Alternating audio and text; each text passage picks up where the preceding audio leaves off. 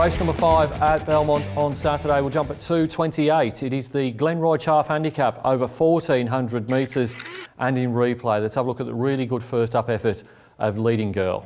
Then Bad Wolf, here comes Nero Dio and Put a Spell on You also running on. Further back then is Tracciato. Inside the last 250 though, and Nero Dio hit the front from Double Bubble. Back behind them, Regal Council starting to weave its way through the field. At the 100, Nero Dio wanted to duck in. Double Bubble, Regal Council coming out after Nero Dio, but Nero Dio's too strong. Nero Dio won. Leading Girl lost no admirer, certainly not me, for its performance first up. That was a couple of weeks ago behind Nero Dio, was beaten 3/4 of a length, just simply ran out of ground to catch the horse that she was trying to chase down. That was over the 1,200, steps up to the 1,400 metres here. Jared Noski keeps the ride. Gate number 6 should get a lovely run in transit. High rating contest that Nero Dio form. I think Leading Girl is the best bet on the card. Goes on top from number 5, Put a Spell on You. Certainly informed this horse, won 2 starts ago and then was third behind Nero Dio and Leading Girl in the replay race. But I think she's going to struggle to turn the tables on Leading Girl, who's got a bit more improvement in her legs. Number 1 is Regal Council. Now, he was 4th in the replay race, beaten 1 1/4 length. Prior to that, he'd been beaten by Floyd, who'd done a wonderful job early in the Belmont season here, winning the Jockey Celebration Day Sprint. 1,200 metres to 1,400 metres, that's a tick for mine. He can certainly win without surprising, but I do think he's got a lot to do to beat Leading Girl. And then number 7, Zero Demerits, does like this track, does like this trip, but maybe the quality of Leading Girl will be too much for him. Top selection in race number 5 is number 3, Leading Girl. To beat 5, Put a Spell on You, 1, Regal Council, and 7, Zero Demerits. Race number 6 at Belmont on Saturday. We'll jump at 3:10. It is the Devil's Lair Handicap over 1,650 metres and in replay. Let's have a look at the last start 5th of Sentimental Queen.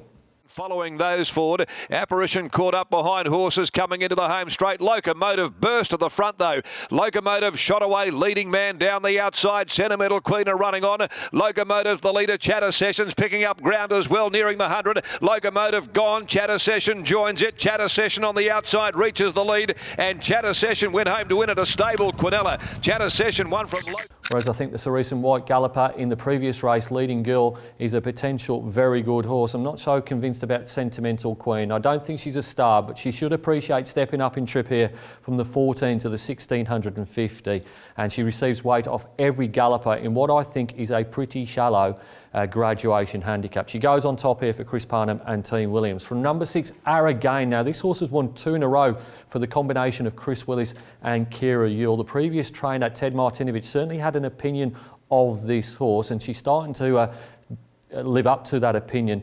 Last time out was a very high rating race. If it reproduces that, ARAGAIN can certainly win. Just got a slight query on the ability to do it twice.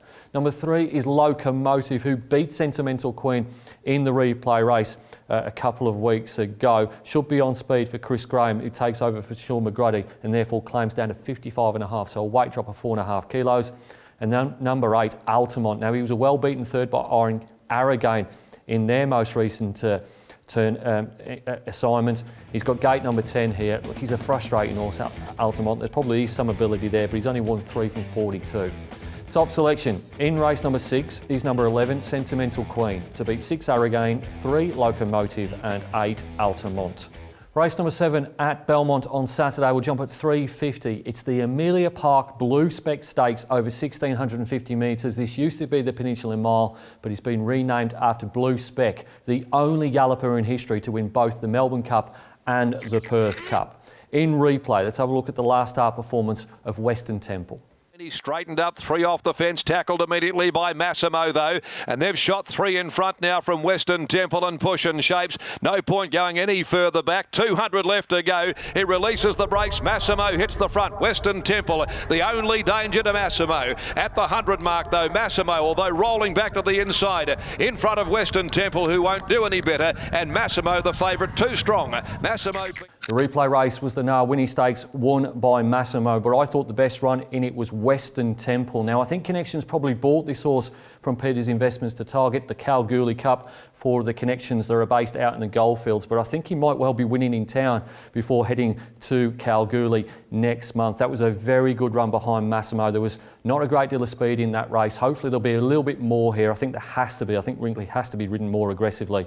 I think Western Temple might be the one to beat here. Going a little bit wide with my second selection, that's number 9, Mrs. Brown's Boy, who beat WRINKLY in what was a high rating 1600 metre race before taking a break. That was back in the middle of June. This horse goes really, really well at Belmont. Course and distance form, doesn't mind a soft track. Gate number 1.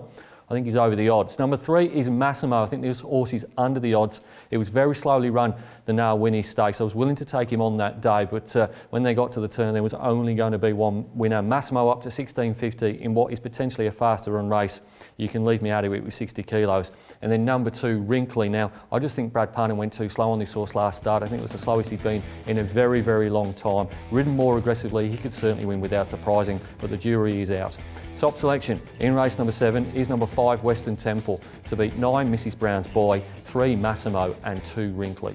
Race number 8 at Belmont on Saturday will jump at 4:30. It's the Iron Jack handicap over 1,000 metres and in replay. Let's have a look at the last start performance of Money Matters. Fourth to the outside, then 2 lengths Rebel Yell and Badge of Courage, Pearls of Prawns heading the remainder. We've Got Dreams led them at the 300. Here comes Money Matters though. It's Money Matters drawing alongside of We've Got Dreams, who finds, digs in We've Got Dreams. Money Matters can't get to We've Got Dreams at the moment. We've Got Dreams in front of half. Money Matters trying to haul her in, but she's too good, the Bunbury mare. We've Got Dreams. Kay Yule back in the saddle. I've got this race pegged as a racing 2 and I'm willing to bet on number 8, Money Matters, turning the tables on We've Got Dreams from the replay race. Meets that horse 1.5 kilos better.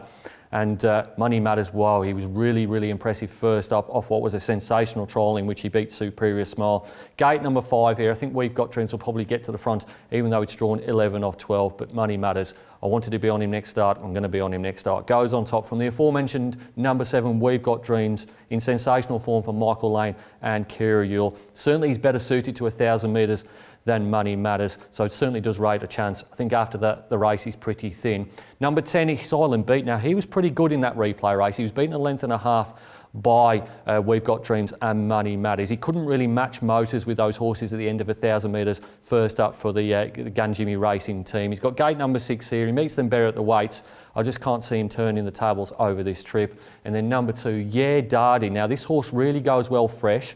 His barrier is a big negative, 12 of 12, but they have elected to claim down to 57 kilos, and he has won better races than this over this course and distance. Top selection in race number 8 is number 8, Money Matters, to beat 7, We've Got Dreams, 10, Highland Beat, and 2, Yeah Dardy. Race number 9 at Belmont on Saturday will jump at 5:10. It's the Crown Perth handicap over 1,200 metres, a competitive affair in replay. Let's have a look at the last start performance of Samambo. And back last of all is Tinto Bill, looking for an inside run is Parisa. Classy Lassie, tackled now by Don's Legacy. Racing past the 300, Don's Legacy drew 1/2 length, Classy Lassie. And then 1.5 lengths to She's Vital, looking to get around the heels. Parisa gets into the clear as well. Don's Legacy, now She's Vital and Parisa closing. They'll reach the line. Classy Lassie fights back. She's Vital dives. Samambo finished stone motherless in the replay race, but he came back lame. He was wide all of the way. He went round as a $2.20 favourite. Certainly a forgive job. Now, the concern for me has to be gate number 1. I think he's going to get a lovely run until they get to the straight. Is he going to see daylight? If he sees daylight with Chloe Azzopardi down to 60 kilos in this grade, I think that Samambo is the one to beat. But you could have a horror show in the last couple of furlongs. Goes on top from number 13, Denim Pack, who hasn't won for more than 1,000 days, but he did place in this grade last time out. Sean O'Donnell keeps the ride. Don't rate the format of that Lucky Linda race, but Denim Pack generally goes around in better contests than this. Number 11 is Point Taken, scratched from Wednesday to come here on the Saturday. I think that's a bit of a tick. Gate number 10, trialled behind Free Trade, can certainly run a race without surprising. He's 0 from 4 first up, however. And then number 15, I'm Icy, has only won has rotten 4 of its 26 starts and does get a nice map here to be pretty close to the speed from gate number 4 on the minimum in a wide open contest. Top selection in race number 9 is number 1, Sir Mambo, to beat 13, Denim Pack, 11, Point Taken, and 15, I'm Icy. It's now time to nominate my best bets on the Belmont card. Race number 3, number 7, Montalina, will start odds on, one would think, and should be making it back-to-back wins. And then in race number 5, number 3, Leading Girl, I think can win second up, 14 Williams. It's easy to stay up to date with everything that's happening at Perth Racing. You can log onto our website or you can follow us on one of our social media channels. Until next time, bye for now.